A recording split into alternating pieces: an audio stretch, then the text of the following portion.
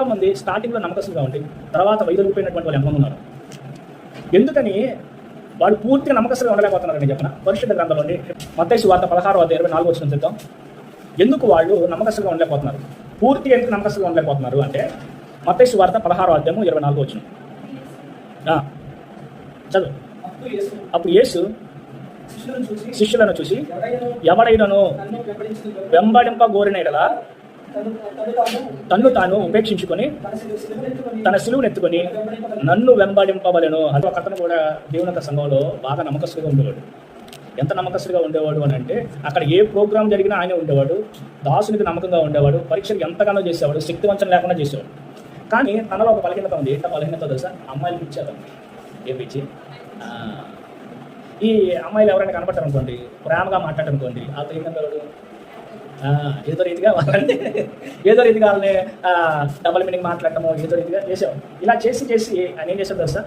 చర్చికి వచ్చేటువంటి వాళ్ళని లైన్లో పెట్టి శారీరకంగా వాళ్ళతో సుఖాన్ని అనుభవించినవాడు. ఈ విషయం దైవజనుడికి తెలిస్తే దైవజనుడు అతన్ని ఖండించాడని, ఆ సంఘానికి వచ్చినటువంటి వాళ్ళని విమర్శించడం, దైవజనుడు విమర్శించడం, ఏదో రీతిగా కలవరపెట్టడం అనేది చేశాడు. ఇప్పుడు ఇతను నమ్మకత్వం పోవడానికి గల కారణం ఏంటి? ఉపేక్షించుకోలేకపోయాడు, అంటే తిరస్కరించుకోలేకపోయాడు. తనలో ఉన్నటువంటి పాపం ఏం చేసింది? అతన్ని లాగేసింది. అతను నమ్మకస్తుడికి వెళ్ళాలని చెప్పి దేవుడిని అనుకున్నాడు. అయ్యా నేను నమ్మకంగా ఉండాలి, దేవుడు దైవజనుడు ఈ సంఘంలో నన్ను నిలబెట్టాడు కాబట్టి నేను నమ్మకంగా ఉండాలని చెప్పి అనుకున్నాడు. కానీ ఆ పాపం అతను ఏం చేసింది? లాగి దేవుడి నుండి ఏమైంది? దూరం అయిపోయి అక్కడ జరిగినటువంటి సిచ్యువేషన్ సంఘంలో ఉన్న వాళ్ళందరూ తెలిసిపోయింది. ఏమైంది? సంఘంలో ఉన్నటువంటి వాళ్ళందరూ తెలిసిన తర్వాత ఇప్పుడు అక్కడ నిలబడగలరా? అక్కడ స్థిరత్వం కలిగి ఉండగలరా? ఒకవేళ నిలబడినా కానీ జనాలందరూ ఏమంటారు? వీడు తప్పు చేశాడు, వీడు పలానా తప్పు చేశాడు, పలానా అమ్మాయితో ఇలాగా అసభ్యకరంగా మాట్లాడాడు అని చెప్పి అన్న వెంటనే ఆయన అక్కడ నిలబడగలరా?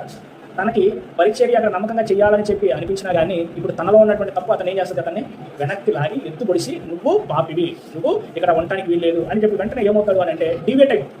అలా డివేట్ అయిపోయిన తర్వాత తన మనసును మార్చుకొని, తన మనసును అణుచుకొని అక్కడ ఎక్కడికైతే వెళ్ళాడో అక్కడ జీవిస్తే అక్కడే నమ్మకంగా ఉంటాడు. తన మనసును మార్చుకోకపోతే తన జీవితాంతం ఎక్కడ స్థిరత్వం కలిగి ఉంటాడు, ఎక్కడ నమ్మకంగా ఉంటాడు. ఏమవుతాడు? ఇక ఈ సంఘం కాకపోతే ఆ సంఘం, ఆ సంఘం కాకపోతే ఆ సంఘం, ఆ సంఘం కాకపోతే ఈ సంఘం, ఇక్కడ కాకపోతే నంబూరు కాకపోతే హైదరాబాద్ కాకపోతే బెంగళూరు కాకపోతే చెన్నై, అంటే ఇదేమవుతుంది? ఇక తిరుగుతూ ఉంటారు. కారణం ఏంటి అని అంటే స్థిరత్వం లేదు. స్థిరత్వం కావాలి, నమ్మకం కావాలంటే మొదట ఏమి ఉండకూడదు? లోపల పాపం ఉండకూడదు. ఏముండాలి? నమ్మకంగా ఉండాలి అని అంటే తనలో ఏదైతే లోపంగా ఉండదో దానిని విడిచిపెట్టారు.